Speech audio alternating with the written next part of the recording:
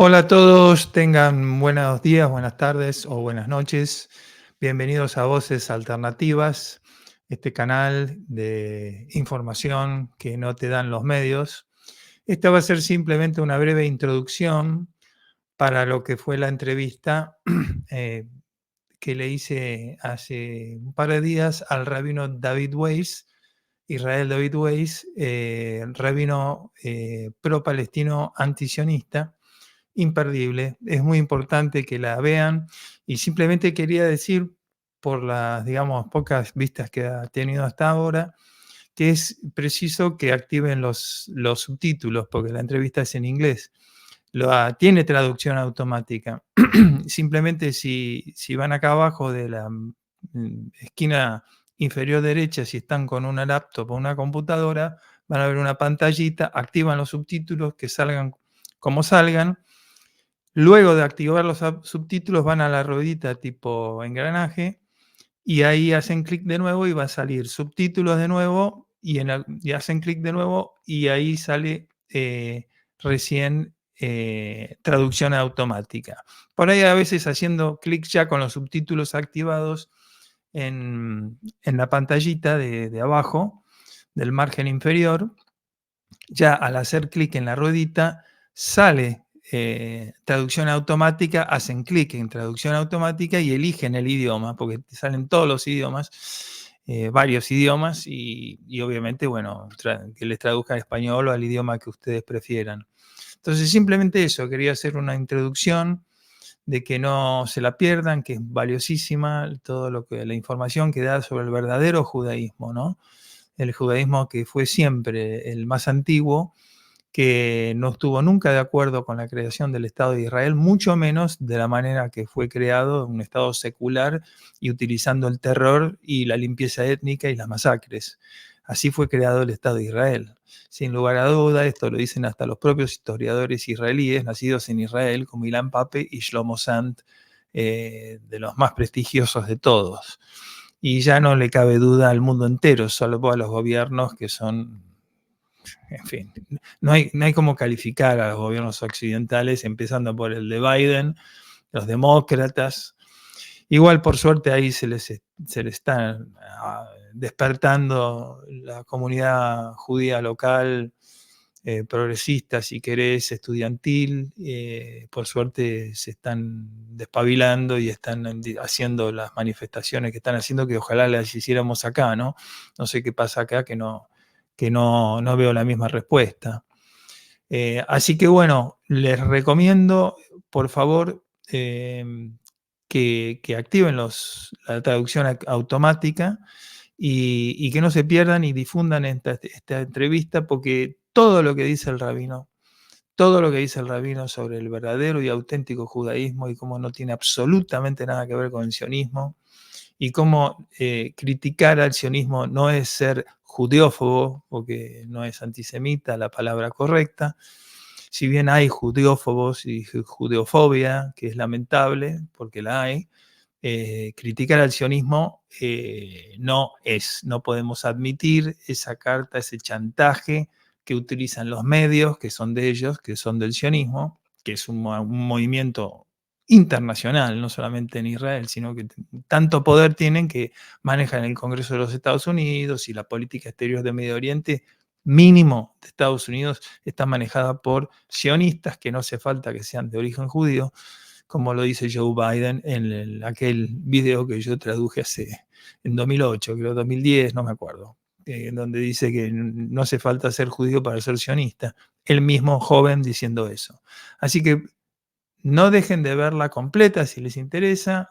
La que ya subí completa también tiene obviamente la traducción automática, subtitulada, y esta que voy a subir resumida a 30 y pico de minutos, donde también el rabino recorto las partes que habla específicamente de la Jabad Lubavich hacia enseguida. Ya van a poder ver en esta versión recortada donde menciona la Jabad Lubavich y lo diferente que son de lo que él considera es el verdadero judaísmo, y yo le creo.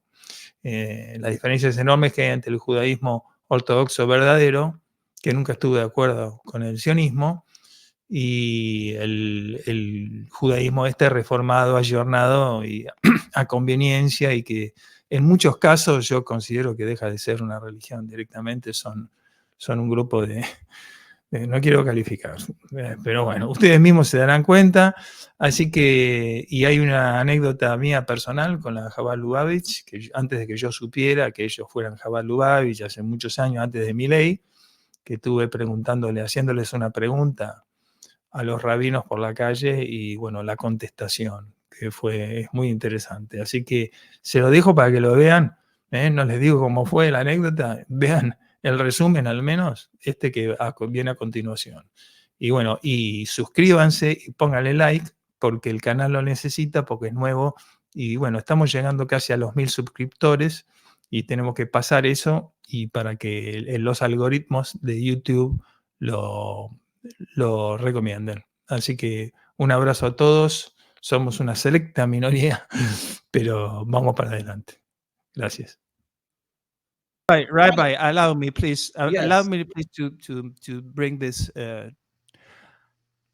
It is very clear your position about Zionism, and you're an anti-Zionist. You're all the true Jewish congregations have nothing to do with secular Zionism and the state and nationalism. But what would you say to someone, I insist in this question, who wants to become a Jew, and he is surrounded by, I don't know what to call them, by a group, an organization who say that they are religious and that they are orthodox in a way, that's what we know about them, and goes and embraces Netanyahu and says that we're going to be with Israel and with the United States. What would you say to someone who wants to become a Jew? Well, first, as required of a Jew, we always are to respect and pray for the well-being of the leaders of the countries where we're residing. It's a requirement of our existence. Okay. So we would speak with the greatest respect, and I would be very thankful to him for his respect for the Jewish people and for the protection of the Jewish community in Argentina, and for all the good and his goodwill that he wants for the Jewish people. But I would tell him, first of all, by the way,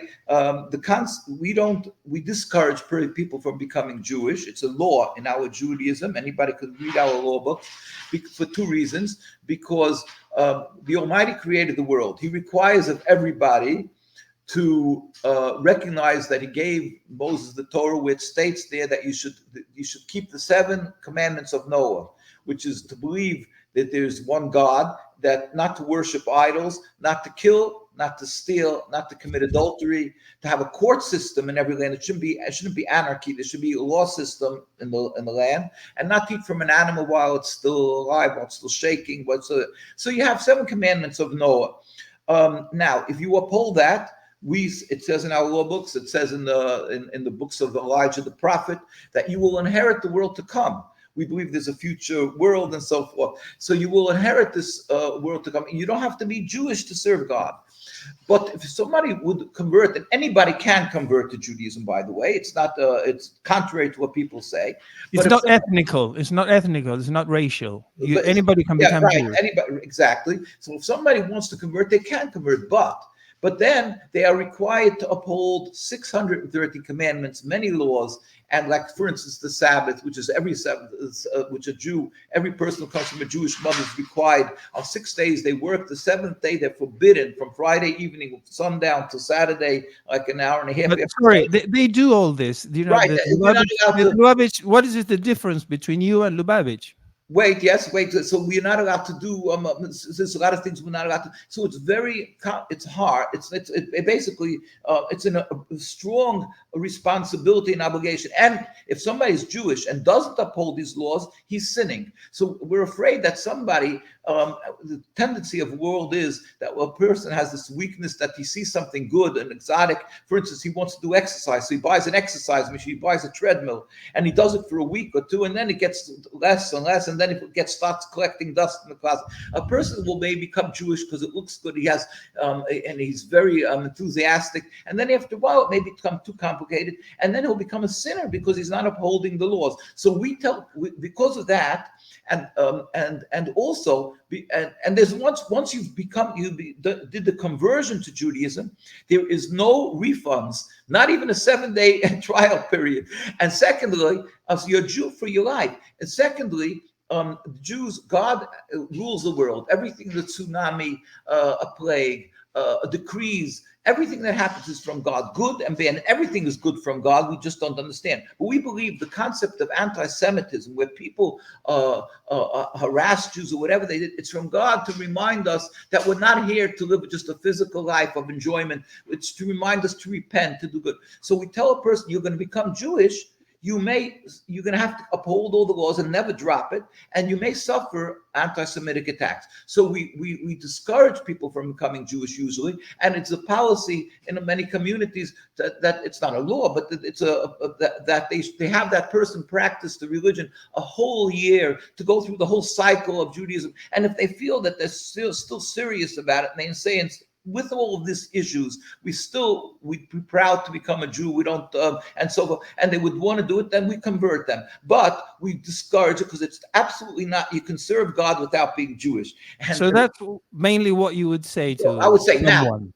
now I would tell him, I would also tell him, now it's also critical. It's still, let's just say he would want to become Jewish. I mean, it's not really. Let's talk about someone, not right, him, not someone. someone. Yeah. So I would say to that someone, now if you think that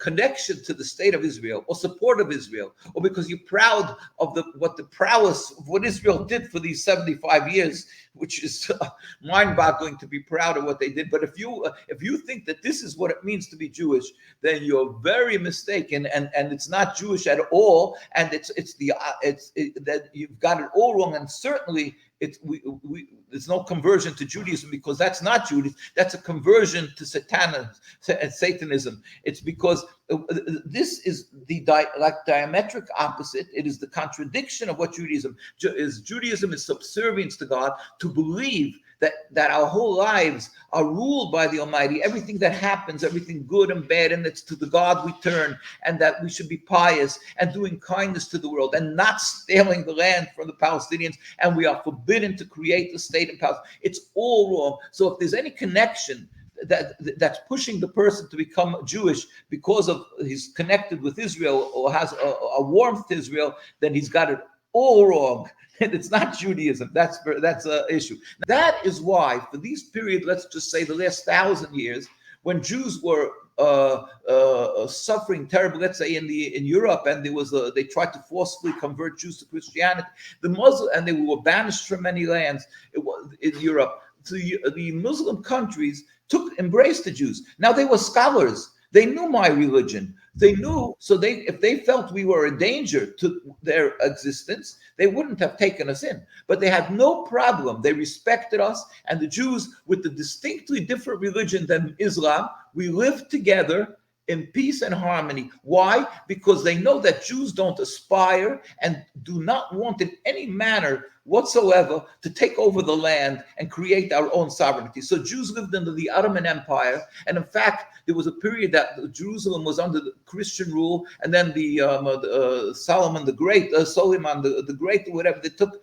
I believe, he allowed the Jews to come back in, and was on the Muslim rule, on the Ottoman Empire, and the Jews lived door by door in the same courtyards throughout hundreds of years, Jews and Muslims together in peace and harmony. Why? Because the difference of religion is not an impediment in any manner, shape, or form of our coexistence. We babysat each other's children. We helped each other. There's so many beautiful anecdotes from the Muslims and from the Jews, from the older generations. We'll talk about how we coexisted. Simple. That's a fact. Zionism comes along. Now, wait. So Judaism tells us that we are forbidden to reestablish even 1 inch, 1 centimeter of Jewish sovereignty. It doesn't matter if it would be in Argentina, Patagonia. Patagonia is one of the plans of the Zionists to make this state. Theodore Herzl. or Uganda or Jerusalem. It doesn't matter. We are forbidden. And certainly, we are not to make a state by killing or stealing, which is another prohibitions of the Torah, not to kill and not to steal. So when the Zionists, first they wanted to make their land national home in Uganda, Patagonia, but then they decided practically they need a massive amount of support from the world, and the Christian, evangelistic Christians and the unaffiliated Jews who don't know the Torah, they will support them if they go to Palestine. So they decided to go to Palestine. There was a technical problem. Forget about the fact that all the rabbis and said what you're doing is heresy and it's rebellion against God. But let's just put that aside. But they had another technical problem that it was inhabited by many people living there. So now that's problem. A small technicality. So, but it was It was before smartphones. It was before everybody had the information in front of them. So they simply went and reported that it was a land without a people, for a people without a land. Yes, but people heard and saw that there's some problems going on there. In their attempt to take over the control of the land, and people were fighting them. So they said, oh, these are just a bunch of anti-Semites. They're just a bunch of Bedouins, camel riding, wild men who just don't like Jews, and they don't want them to have to settle in an empty land. So this was the narrative that the Zionists constantly harp and tell and sell, and they said it's just a bunch of people who are evil. So they vilify the people of Palestine.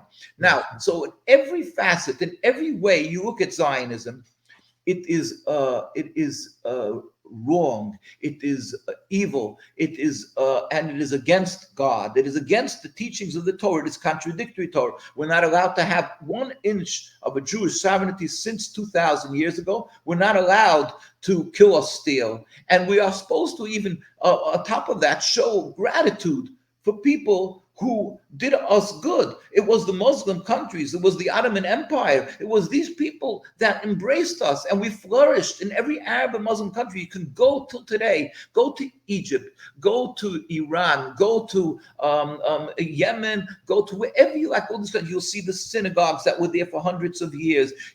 Prior to any human rights groups to protect us, we could have been massacred. We lived in all these countries and flourished. We put out our greatest Torah authorities, our greatest rabbis, our greatest leaders came from these countries. So how did that happen? We have a difference of religion. Why weren't we massacred by the Muslims? If you're going to take an, obviously, I mean, we're not condoning, but if you're going to take an Israeli soldier and put him right now in the middle of the streets of Gaza, he would disappear. I mean, why? Because of all the evil that's being done by them. So now imagine that if the Jews have, if the whole issue, the core problem is because the Muslims have this ingrained hate for Jews and so forth. How did they live for hundreds of years under the Muslims? So obviously somebody is lying. Somebody is changing the history. Totally, that's changing the narrative. It's pure bunk. It's false. So this is what so this is why Zionism comes along, a group of people 100 odd years ago, totally non-religious in its essence. There was Theodor Herzl, Jabotinsky, and then there was Chaim Weizmann later, and there was and Ben Gurion. All these people, non-religious, they wanted a national home. They detested the religion. They threw it away, and they came along. They wanted this national home, so they decided to take in Palestine. They established it. Yet they're afraid of the repercussions. People are going to say you can't take a land from people. So they yell anti-Semitism. These people hate the Jews, and it became beyond comprehension. It became stronger and stronger, this claim, even though that everybody has a smartphone and they see the inhumanity, the way what is happening today in the last 7 months in Gaza. It's horrible, satanic, diabolical. And instead of saying that the students around the world who are standing up now and talking and pleading, instead of saying, wow, let's hear what they're saying. So they keep on trying to weapon and vilify them as anti-Semitic and making new rules and resolutions. And we have been lacking the purity required by the Torah. It is forbidden for any Jewish person to set foot upon the grounds of the Temple Mount until the coming of the righteous Messiah. And it goes on and on. Basically, this is the view of Judaism. And Sharon Prime Minister of Israel, went along with 1,000 soldiers. to make a statement, a political statement on a temple that's considered that if we go onto the Temple Mount, we get cut off from God. That's how bad it is, a prohibition in Judaism. Now, wait, he passed on, this rabbi. It's a lifetime job. The next chief rabbi was Rabbi Dushinsky of blessed memory. Rabbi Dushinsky was a very holy man also, and he lived at the time right before the establishment of the state, the ratification by the United Nations, and he pleaded with the delegation of the United Nations on July 16, 1947. Remember, 1948 was the establishment of the state, and he said, "We furthermore wish to express our definite opposition to a Jewish state in any part of Palestine, representing the whole Jewish community, mind you." Now, wait, I just want to show, he passed on, we took up another tribe. You can see the tens of thousands of Jews there in the streets of Jerusalem, taking up another chief rabbi. Jews, boys and girls, this is the history till today, get arrested because they refuse to serve in the Israeli army. They get brutally beaten. Children, old men, rabbis, distinguished rabbis, assassinated, beaten, arrested. By who? By what they call Israeli Defense Force, IDF. Oh, yeah. They're defending the Israeli genocidal forces. Look what is going on here. And the world is silent. Not just the Palestinians. They keep on telling the world that they're carrying guns and the terrorists. What is about these religious Jews who are giving their lives as peaceful people? Why are they trampled with horses? Why do they kill them? Why are they doing this? Yeah, we see videos.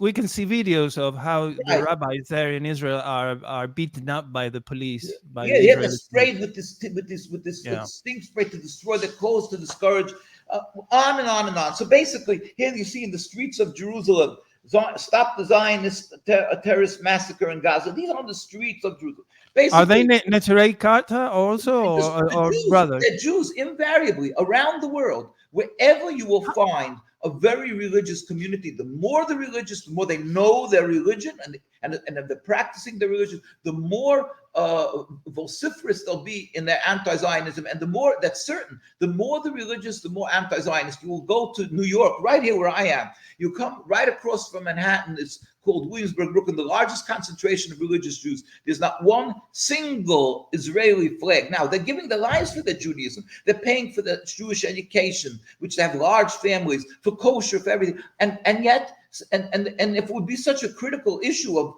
with Zionists say the state of Israel, it's like the core, it's part of the integral part of Judaism. So how come they're not supporting it? How come they're against it? They're giving their lives for their Judaism. The same as in Mea Shearim, the same as in London. In Argentina, you have a beautiful little community that is it's called Rabbi Eckstein's community or so. And now you're asking about Lubavitch. So again, to your question and to the others, that it may be seem very puzzling to people because they see the settlers and they see them and Ben Gvir and Schmutz. What is his name? What? Schneerson. Yeah. Schneerson. And these guys that they're that they're supposedly religious. These guys who are with machine guns and stealing the land, the Palestinian land, and bullying them. Right. Now let us remember. Now, as I explained at length, sort of, and we put out a book called "The Rabbis Speak Out," which is a compilation of all the major rabbis. We have tens of thousands of rabbis. And are those books in Spanish translated? You know what? It has to be translated into Spanish, and it's a compilation of the major rabbis, the leaders from all the countries around the world, including from Palestine, as I mentioned, Rabbi Sonnenfeld and Rabbi Dushinsky of blessed memory, and the next chief rabbi afterwards was Rabbi Joel Teitelbaum, who was from 1887 to 1979. So he was when after the creation of the state of Israel, and he was the chief rabbi in Palestine, but he moved to New York and he urged his followers, and he remained with the mantle, with the title chief rabbi, and he held court from New York for the communities in Palestine, and he urged everybody to leave if it's possible. Hundreds of thousands couldn't leave, but that they should, if they can, they should leave and not be under this heretic evil occupation. So he was, and so on. We have rabbis from and everybody anybody who's religious can't deny the greatness and the Torah authorities of, for instance, the Chafetz Chaim, his name was, or the Brisker Rav, Rabbi Yitzchak Zev Soloveitchik, who was like the Ivy League today of Torah study. Rabbi, what percentage? How many are you in the world who are definitively against Zionism? How would you say in a percentage? Yeah. Let me Excuse take me. it step by step. Wait Let me a just minute. finish the thought because here I was just here. This is I'll get to that. Like I say, here this is Rabbi Yisrael Meir Cohen, who is the codifier of religious law. Everybody uses his books. Anybody who's religious. He was from 1839 to 1933, and he wrote about Zionism, for instance. And everybody follows his teaching. Nobody can refute his greatness and his Torah authority. He said, therefore, he said the Zionists are dead limbs of our people, which causes the entire body to rot.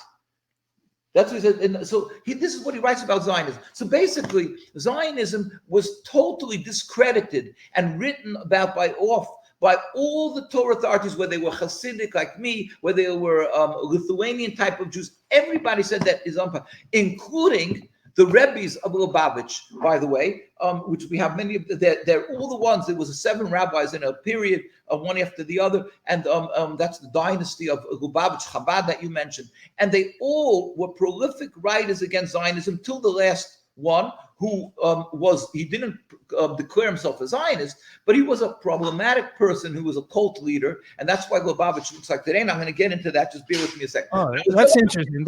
I think that's very interesting for Argentine public. Right, especially. but so now the settlers and all these people, you see them always in the news, and you hear Ben Gvir, obviously, and all these people, you see them in the news because they're up front, right at the front, and they're fighting and everything. But so you would think that you always see settlers, and they're wearing yarmulkes, they're covering their head. A lot of them, they have and beards. So you say, wow, it seems that Judaism is full, the religious Jewish is full of it. But it's totally not true. That's a mistake. The very religious communities, as I mentioned, go anywhere, to New York, to Jerusalem, to England, to Stamford Hills. Any place where you find the more the religious, the more anti-Zionist. Most of these settlers come from what they call, if they're religious, they come from modern Orthodox, which is a euphemism for means a compromise. They compromise the religion. Or they come from non-religious. They come from universities that are idealists, so they're gullible, and they fall into the trap of Zionism that tries to conflate the religion in order to give it authenticity to their occupation. But these guys they're all on the peripheral. These are all the fringe of the Jewish communities, the core religious community. Because we are religious, because we practice the Jewish religion, we are anti-Zionist, anti the existence of the state of Israel. That's a fact. These settlers are just always in the news because they're out there on the front. They are not the core of Judaism. They are not the authorities on Judaism. And now the same thing is for the state of Israel. They created the state. They took the Star of David. They made a rabbinate and the chief rabbis in order to flaunt that they are the authorities of the religion. But that's just part of their nakba, of their catastrophe, of their falsehood. Just like they ignored the words of all the rabbis, and they went and they established the state against the will of the Jewish community that was there, and they brutally beat the religious community. This is part and parcel of what they do, that they made a rabbinate and a chief rabbis, and of course the political world and where they got their power from Britain and from the other they turned to them and say, yeah, fine, you're the rabbis, and if you're beating Jews on the street, most probably you know what you're doing. You're obviously not anti-Semitic, and you can do what you want for 75 years, and they can assassinate our rabbis, and everything's fine and dandy. But it is purely turning the truth on its head, turning the facts of history on its head. And anybody who would take the time, the simple, with base logic that God blessed them with, common sense, you will see that the ones who are true to the Jewish religion around the world, they are opposed to Zionism. The more the religious, they're more opposed. Chabad changed. Chabad is not what Chabad was. We have the writings of the rabbis of Chabad. We know the many Chabad people who left Chabad. But the ones today, he became a cult leader. They don't even want to admit. Their last rabbi, who was this problematic leader, his name was Mendelssohn, Schneerson, I'm sorry. His first name was Mendel Schneerson, and he died around 50 years ago. They don't even admit, many of them, that he died. They don't want to agree that he died. They held him like a cult leader, and they say that he was the Messiah. He was the Messiah. It's against Judaism. All these concepts are against Judaism, but it became a cult. And he was a controversial figure in many aspects. But he does the same like settlers. They go around the world and establish little synagogues all over the place, and professing and pushing not Judaism. A little bit Judaism, yes. I'm not going to say they tried to supposedly, but I think it's their goal that you should become Lubavitch. They have the picture of the rabbi all over the world, and they want you to become Lubavitch. And they talk about the Messiah, the Messiah, the Messiah, the Messiah. That's their whole issue, not Messiah, their Messiah. It's all a simple a cult that is similar to Judaism, basically. So if somebody become Jewish, they've kidnapped the religion. They are a cult within using it's another problematic group. You mentioned common sense, and that I had an encounter with rabbis that I didn't know where they were from, and when studying this matter for so many years, at least I became aware of the situation of the Palestinian-Israel conflict when around the year 2000. I didn't know anything before, because there's no information if you don't study or try to find it somewhere else. And I walking the street, there was a synagogue very near my where I used to live in downtown Buenos Aires, near where we met. And I said one day, well, I'm going to ask these rabbis. I saw these rabbis coming out of the synagogue, and I'm going to ask them very politely. I said, Rabbi, I said, Rabbi, I'm not a Jewish. I said, Rabbi, can I ask you a question? Yes. There were 2 or 3 rabbis, elder rabbis, and a very young, big student or something like that. And I said, why if the Mosaic in the laws say do not steal, do not kill, why are you doing this? In the name of Jews, they are doing this situation with the Palestinians. Well, they didn't. And the guy behind them, this young guy, said, "How dare you? How dare you ask anti-Semite?" And after saying anti-Semite, he said, literally, "I would kill every single Palestinian. I would kill all of them."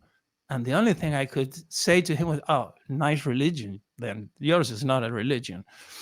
And I went, go your way. Are you Jewish? If you're not Jewish, don't ask questions and that. But the attitude of the big guy who is still there, I know where he is. He's got his business there, his store there just beside the synagogue. So they are, and because I know now, they are one of the synagogues of the Lubavitch. He literally said, "I will kill all the Palestinians." And this anecdote is about more than 10 years ago. Right. Well, again, so like I'm saying, it's so clear. It's with common sense, and just if a person steps back and studies the Jewish communities, you will understand that there is something very clear, that the ones who are very religious, the communities around the world, doesn't matter where you go, and including in Argentina, there's, like I said, I was there. There's a beautiful little community there. I asked you about it. Yes, I actually approached the rabbis there, and I said, "Why don't you go out and demonstrate?" Just like, because they're students of the chief rabbi of Palestine, and we were told if you can connect me with them, I would be very grateful. So, but they're afraid. They told us, and rightfully so. I was just now this last evening. I was at a meeting, a town hall meeting. That there was it's a whole story. They put up a sign, "Free Palestine," on a billboard. And Zionists came and they started yelling against it and so forth. They took it down. And so the town hall very naively said,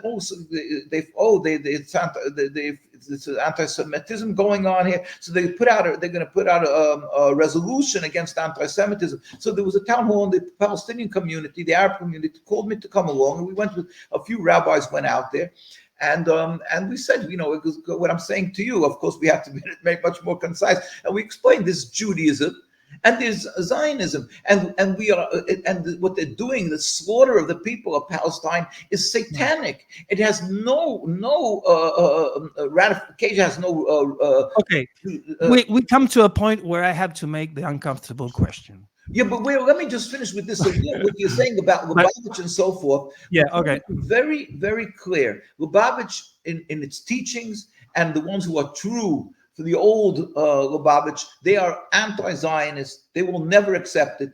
What you're finding today is, and there is maybe even people from Chabad today who still be anti-Zionist, but they go around trying to bring people into the folds who are non-religious and so forth. So they and so these people, a lot of them are so ignorant, and they just so they buy into the Zionist propaganda and the Chabad propaganda, which Chabad says like this.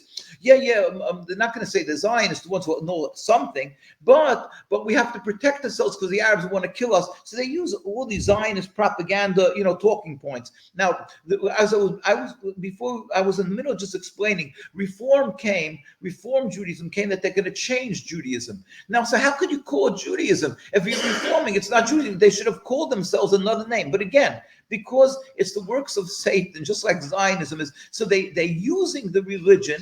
And so in order to gain legitimacy, so they started ordaining like rabbis, ministers, sometimes they call rabbis and ministers, and they made them temples. So instead of synagogues, they call them temples, sometimes they call them synagogues, and they do all of that so it should give the aura that of Judaism.